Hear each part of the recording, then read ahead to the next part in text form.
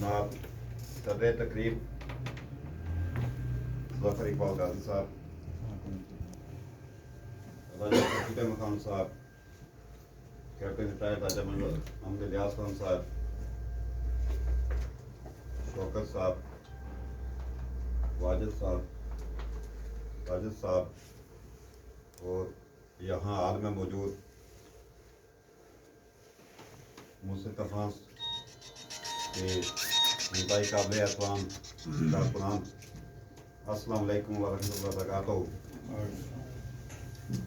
आज हम ये जो हमारी तहसील की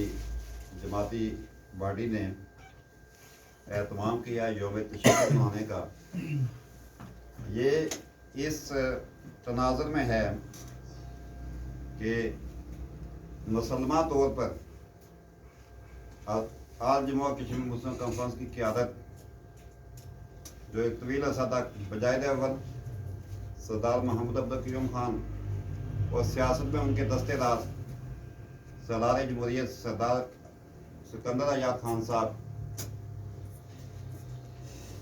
बड़ी उम्दगी से ना सिर्फ आज़ाद खित्ते की तामीर और तरक्की में वक्तन हुकूमतें कायम करने के उसे ओज तक पहुँचाया, बल्कि तहरीक आज़ादी कश्मीर को भी इसके साथ साथ जारी रखा। तो कुछ अर्सा पहले सरदार सिकंदर आज़ाद खान साहब ने आज़ाद जम्मू और कश्मीर में मुस्लिम कॉन्फ्रेंस को छोड़कर उन्होंने पाकिस्तान मुस्लिम लीग नवाज़ की बुनियाद रखी और उसके बाद मुस्लिम लीग नवाज़ ने उनकी सरबराही में आज़ाद जम्मू और कश्मीर में हुकूमत कायम की और सरदार सिकंदर आज़ाद खान साहब के मोतमद ख़ास दस्ते रास्त राजा फारूक हैदर खान साहब वज़ीर आज़म बने और 5 साल उनकी हुकूमत जो मुकम्मल करने को है। इस मरहले पे जबकि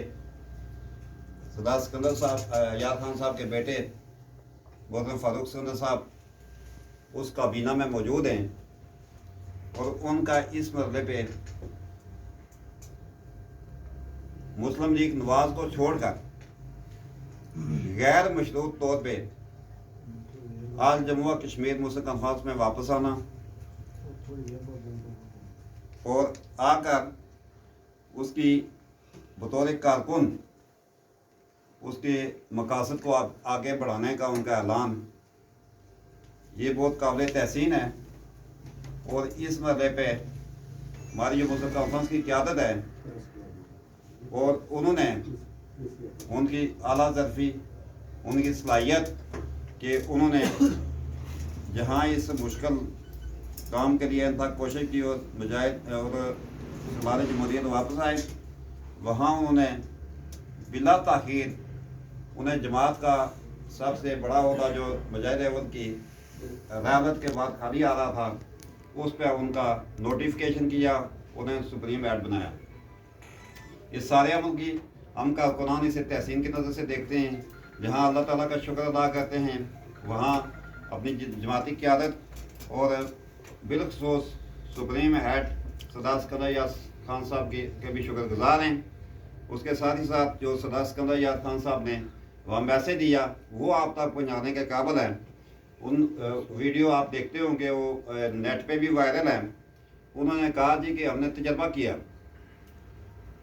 तजर्बे के बाद मैं इस नतीजे पे पहुँचा हूँ कि कश्मीरियों की तहरीक आज़ादी कश्मीर से लेकर उनके तशख़्ख़ुस, उनकी इज़्ज़त नफ्स,